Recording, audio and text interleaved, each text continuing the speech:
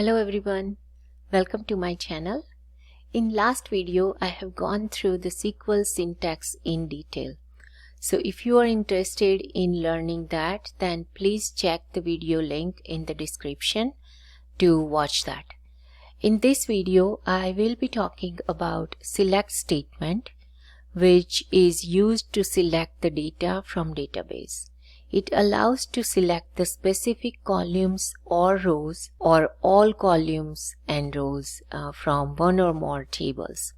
So without a delay, let's get started. But before that, if you are first time here on my channel and you didn't subscribe my channel yet, then go ahead and hit the subscribe button, as I upload the SQL and Power BI videos regularly on this channel. So let's get started. So here I am in the SQL Server Management Studio, and in my database I have these tables. So I'm going to use this dim customer table. Now let me open up the new query to write code. So I'm going to use, as I said, this dim customer table. Now let's see what is in the table first.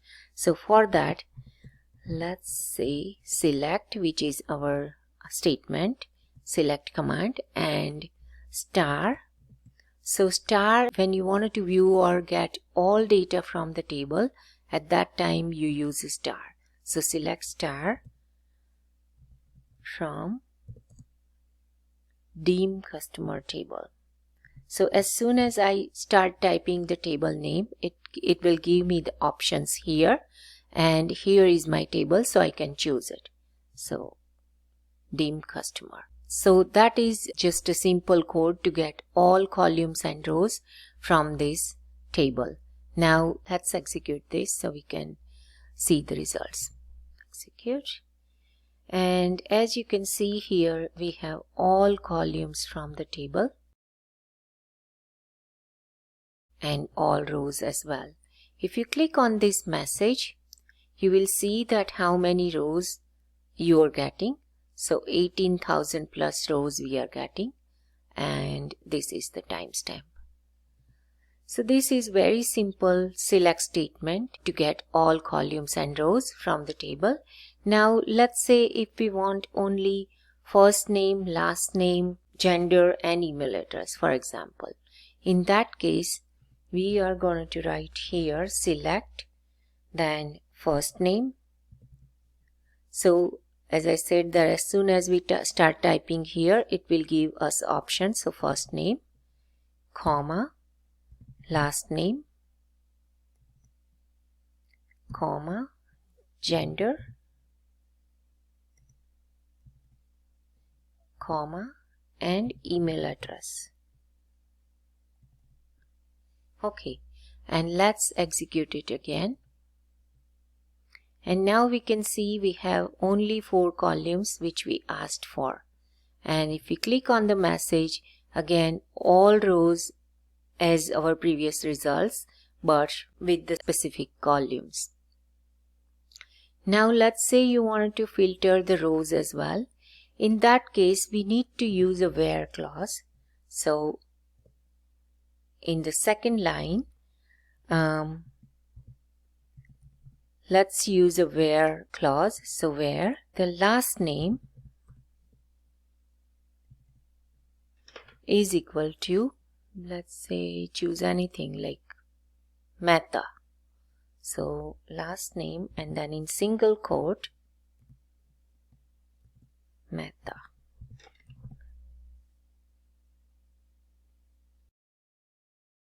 And now let's execute it.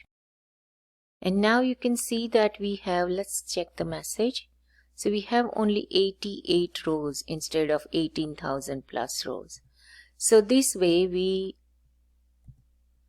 chose a specific columns and specific rows by filtering the rows as well. Now let's see how we can use the expression here. So for example, I want this result like first name and last name in one column with the space in between them. So let's use the expression to carry out that result. So I'm going to remove a comma after first name, and I'm going to use a plus sign, and then I want a space here. So in a single quote there is a clear space in between, and then plus sign again, and then last name. And let's execute this. So you can see here we don't have a column name here because we use 2 columns in one column, and in between them we have a space. So first name, space, and then last name. Now if we want to give this column a name, then we have to use alias. So for that, just after the last name I'm going to use as, and then my column name is name,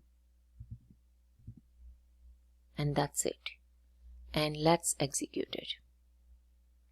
So now you can see that our column name is name, and we use alias to get that name for that column. Now let's see, I wanted to put it this gender with this and in the brackets. To do that, I'm just going to put it my cursor here, a last name, just after a last name, and then use a plus sign, and again in a single quote I'm going to use a bracket, then plus sign again, and I wanted to use a gender column, so gender column here, and then again a plus sign, and in a single quote closing bracket, and I'm going to remove this another gender column, and that's it. And let's execute this.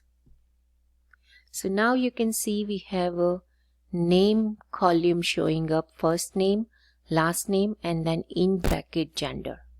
And now our query result shows only 2 columns, name and email address.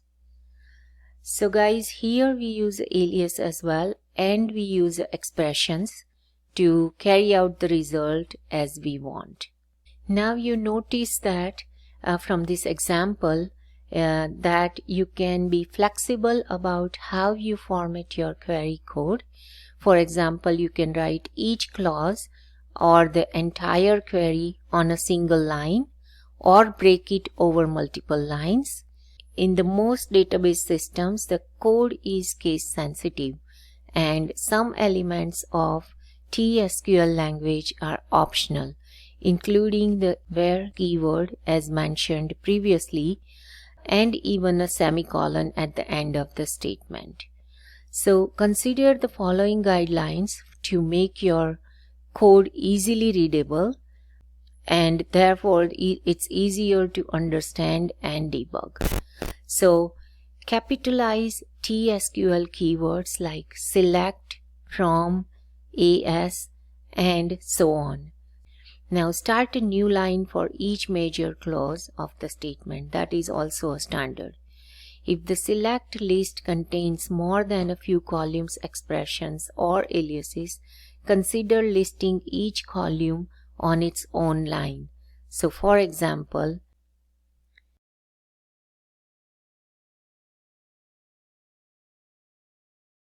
break this here, and we can use our second column name here, and then a third line will be from table, and then where clause. And if you execute that, you will have the same results.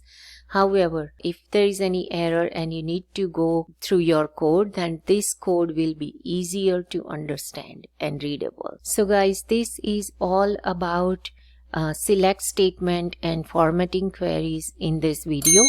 If you like the content of the video, then please comment, like, share, and subscribe my channel. And thank you for watching.